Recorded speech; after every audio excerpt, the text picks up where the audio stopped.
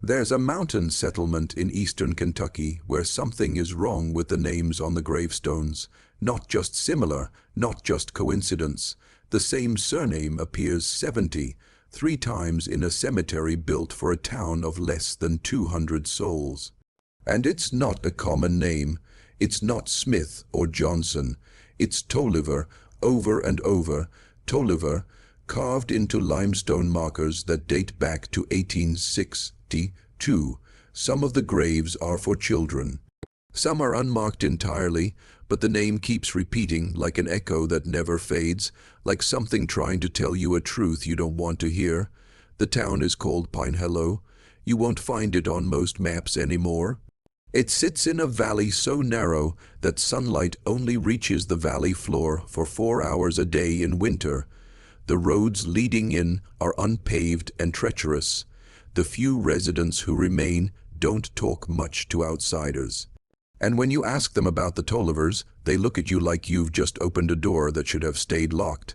Then they walk away, because in Pine Hollow, silence isn't just golden, it's survival. This isn't a story about folklore. It's not about legends passed down around campfires. This is about what happens when a family closes in on itself for generations, when isolation becomes identity, when bloodlines tangle so tightly that the family tree stops branching and starts circling back on itself like a serpent eating its own tail. The Tollivers didn't just live in Pine Hollow, they became Pine Hollow.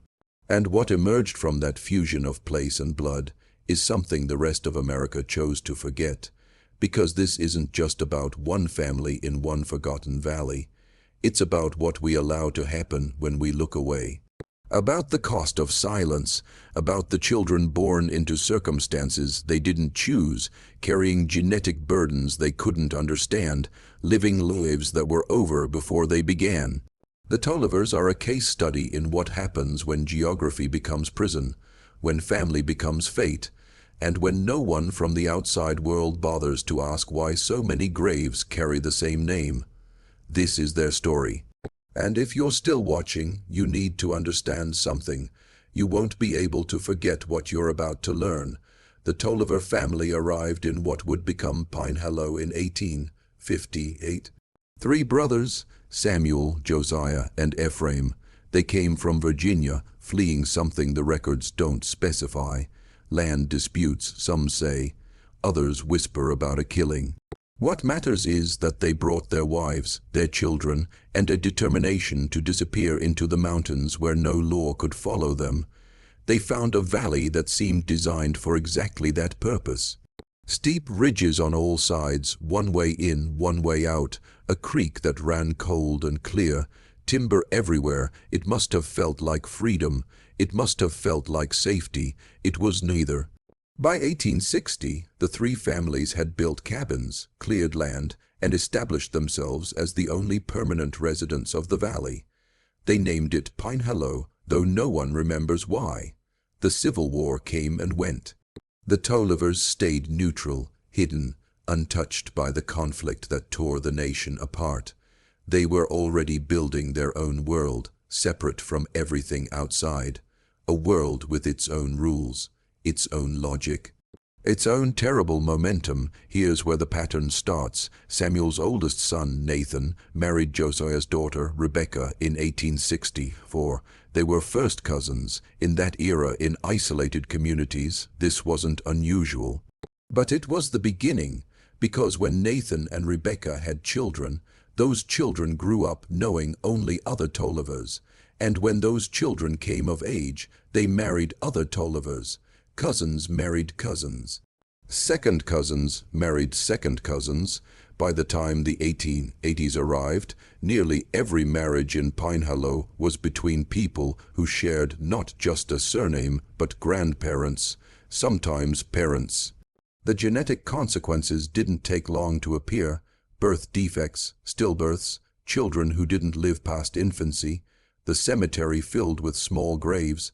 But here's what makes this story different from other tales of isolated communities. The Tollivers didn't stop. They didn't seek outside help. They didn't bring in new families. They closed ranks tighter, because by then, Pine Hollow wasn't just where they lived, it was who they were. The outside world was foreign, dangerous, corrupted. The valley was pure. The family was sacred. And if children were born sick, if babies died, if the bloodline was weakening, that was God's will. That was the price of purity. That was the cost of staying together, staying separate, staying Tolliver, and they paid it over and over, generation after generation. They paid it with the bodies of their children. By 1900, Pine Hollow had become something that shouldn't exist in modern America. A genetic island, a closed loop of DNA folding in on itself with mathematical precision. There were 47 people living in the valley. 43 of them were named Tolliver. The other 4 were Tolliver wives who'd been born with different surnames in neighboring counties, brought in briefly, absorbed into the family structure, and never seen outside the valley again. Their children were Tollivers. Their grandchildren were Tollivers, and those grandchildren married each other. The signs were everywhere by then. Medical records from a traveling doctor who passed through in 3 describe conditions he'd never seen before. Children with skeletal deformities, profound developmental delays, seizure disorders that ran through family lines like water finding cracks in stone. One entry describes a girl of 14 with the cognitive function of a 4-year-old, caring for her 3 younger siblings, all of whom showed similar impairments. The doctor recommended immediate intervention. He suggested the family allow some children to be placed in state care where they could receive treatment. The Tollivers ran him out of the valley at gunpoint. He never came back. No doctor did for another 30 years. Because here's what you have to understand about Pine Hollow. This wasn't ignorance. This wasn't simple mountain folk not knowing any better. The Tollivers knew their children were suffering. They knew the marriages between close relatives were causing harm. They'd buried enough babies to understand cause and effect, but they'd built their entire identity around separation from the outside world, around family loyalty that transcended everything else, around the idea that Tollivers took care of Tollivers, and no one else could be trusted. To admit they needed help would have meant admitting their entire way of life was wrong. It would have meant opening the valley to outsiders. It would have meant the end of Pine Hollow as they knew it. So they chose the children's suffering over their own dissolution. They chose bloodline over health. They chose to keep the family together, even as the family destroyed itself from within. And the state of Kentucky let them. Because Pine Hollow was remote, because the Tollivers caused no trouble beyond their borders, because in early 20th century America, what happened in isolated mountain communities stayed in isolated mountain communities. No one wanted to deal with the complexity, the cost, the moral weight of intervention, so they didn't. They let it continue year after year, decade after decade. The graves multiplied, the genetic damage compounded, and the Tollivers kept marrying each other, kept having children, kept pretending that everything was as God intended it to be. 1937, a social worker named Margaret Hendricks became the first outsider in decades to spend significant time in Pine Hollow. She'd been sent by the state to conduct a rural health survey, part of a New Deal program assessing conditions in Appalachian communities. What she found in that valley changed her. Her reports, archived now in the Kentucky State Library, read like dispatches from another world. A world where time had stopped and biology had turned against itself. She documented 23 children under the age of 15. Not one of them attended school. Literacy was nearly non-existent among anyone born after 1900.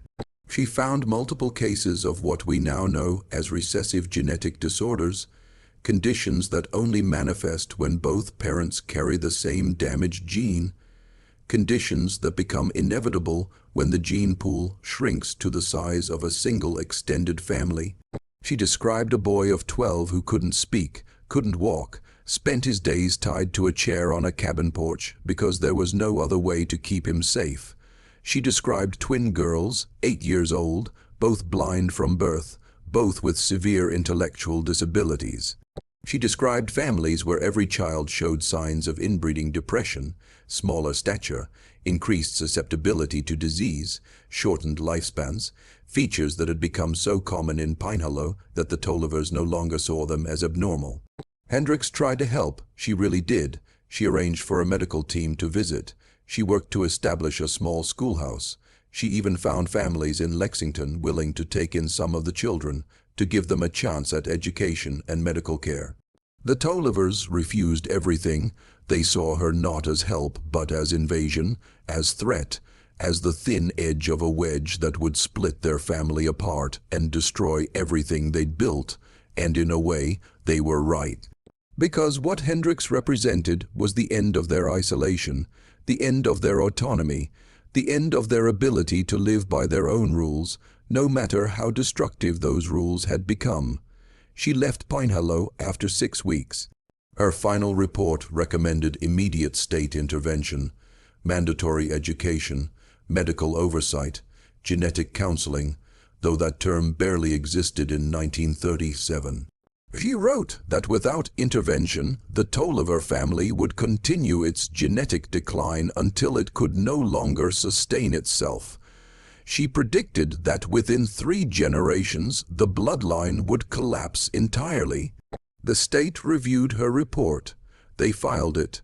They did nothing, because it was the Depression, because there were bigger problems, because intervening in Pinehullo would have required resources, legal battles, and a level of sustained commitment no one was willing to provide. So Margaret Hendricks went on to her next assignment, and the Tollivers went on dying slowly in their valley, one damaged child at a time. The pattern continued for another 30 years. The bloodline tightened. The genetic damage deepened. By the 1960s, Pinehullo had 21 residents. 18 were Tollivers by birth. 3 were women who'd married in, though even they came from families with distant Tolliver connections. The family tree had become a knot. Uncles were also cousins. Aunts were also nieces. The relationships had grown so tangled that untangling them would require a geneticist and a week of work.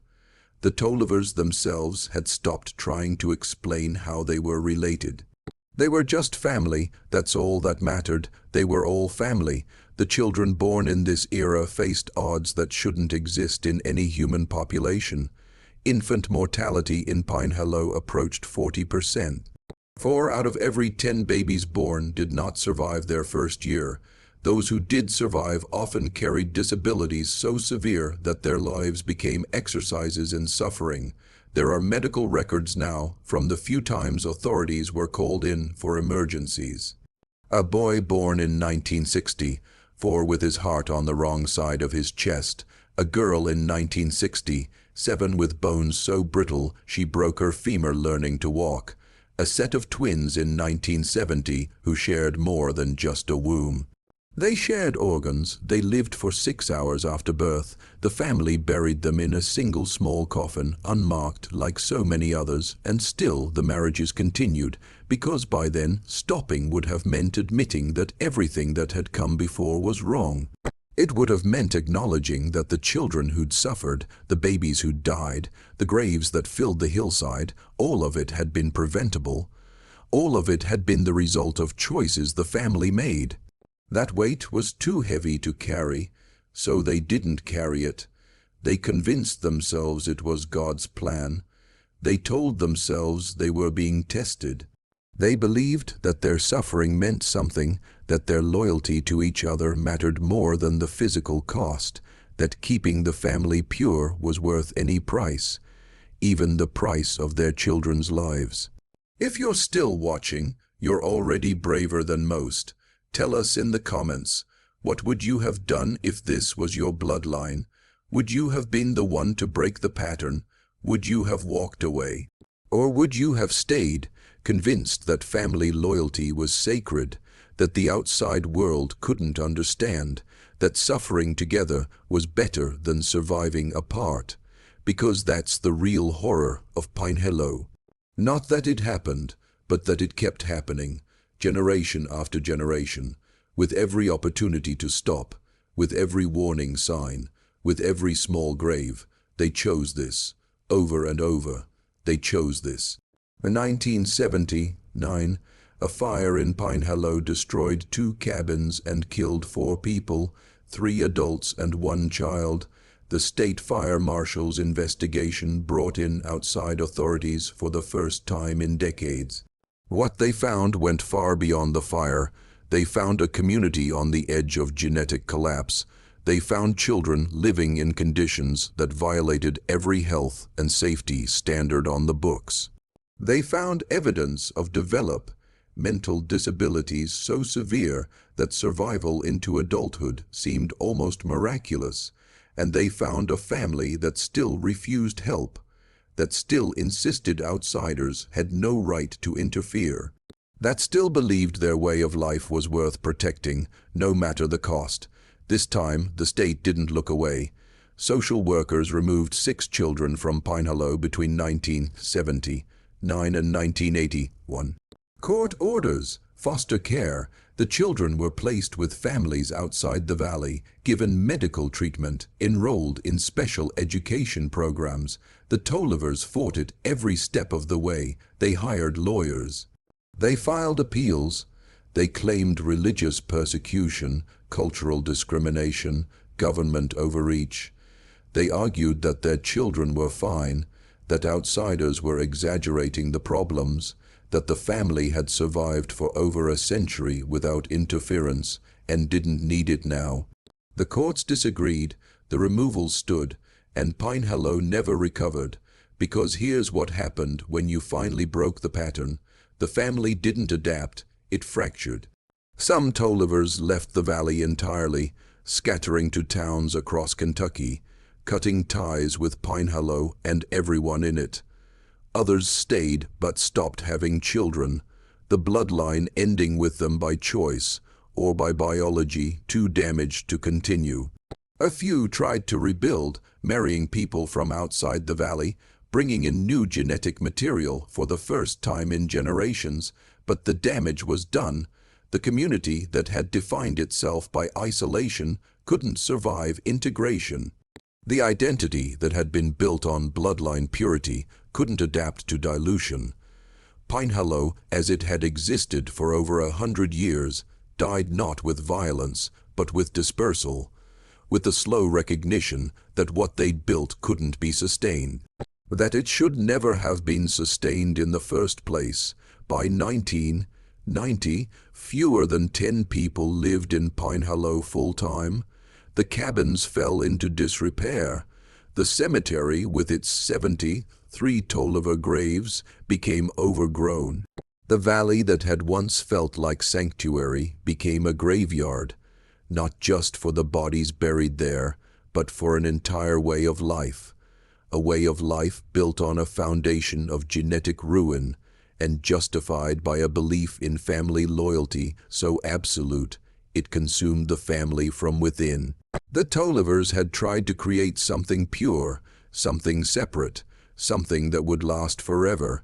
Instead, they created a cautionary tale about what happens when ideology trumps biology, when belief becomes more important than the lives of children, when silence and isolation are mistaken for strength. Today, Pine Hollow is almost empty. 3 residents remain, all elderly, all Tollivers by birth. They don't give interviews. They don't welcome visitors. The road into the valley is barely passable. The cabins are collapsing into themselves, reclaimed by the forest that surrounds them. The cemetery is still there, though the stones are weathered now, some illegible, the names fading like the family itself. 73 graves with the surname Tolliver. 73 3 markers for a genetic experiment that should never have been allowed to continue as long as it did. Geneticists who have studied the Tolliver family describe it as one of the most extreme cases of sustained inbreeding in documented American history. The coefficient of inbreeding, the mathematical measure of genetic similarity between parents, reached levels typically only seen in laboratory experiments, levels that guarantee the expression of recessive disorders. Levels that make survival itself a form of biological defiance. The children who were removed from Pinehillow in the 80s are adults now. Some have families of their own. Some struggle with health issues that will follow them for life, the genetic legacy of generations of closed breeding. None of them speak publicly about their childhood in the valley. The trauma is too deep, the shame too heavy. They carry the weight of decisions made a century before they were born. And here's the question that haunts this story. The question that should haunt anyone who learns about Pinehillow. How did this happen in America? How did a family destroy itself genetically over the course of 120 years, while the rest of the country looked away? The answer is uncomfortable. It happened because isolation is easy to ignore, because problems in remote places don't demand attention the way problems in cities do, because intervening in family structures, even destructive ones, requires a level of commitment and resources that governments rarely provide until crisis becomes catastrophe. And by the time crisis becomes catastrophe, generations have already paid the price.